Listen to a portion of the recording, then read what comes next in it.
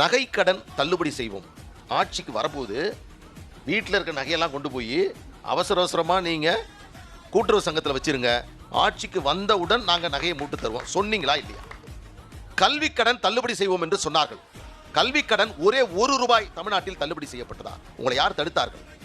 மின் கட்டணம் மாதத்திற்கு ஒரு முறை என்று சொல்வது. இங்கே எங்கே மோடி வந்தார்? இங்கே எங்கே பிஜேபி வந்துச்சு?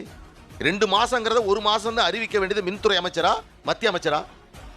ஆனால் இது போன்ற மோசடிகளை சொல்வதுதான் இவருடைய வேலையா இருக்காங்க. அடுத்தது பார்த்தீங்கன்னா பேருந்து கட்டணம் நாங்கள் ஆட்சிக்கு வந்தால் குறைப்போம்னு சொன்னாங்க. ஆட்சிக்கு வந்ததிலிருந்து பேருந்து கட்டணம் எத்தனை முறை இந்த ஆட்சி உயர்த்தப்பட்டிருக்கிறது? தனியார் துறையில் 75 விழுக்காடு தமிழகத்தை சார்ந்தவர்களுக்கு வேலை கொடுப்போம் என்று சொன்ன சட்டம் என்னானது? இன்றைக்கு வரைக்கும் நிறைவேற்றினீங்களா? இதை பாஜக அரசு தடுத்துச்சா? யார் தடுத்தார்கள்? யார் நிறைவேற்றவில்லை? சென்னை உயர்நீதிமன்றத்தில் தமிழ் ஒலிக்கும் சொன்னது யார்? உச்சநீதிமன்றத்தினுடைய கிளை தமிழகத்திற்கு வரும் சொன்னது யார்? செய்தீர்களா?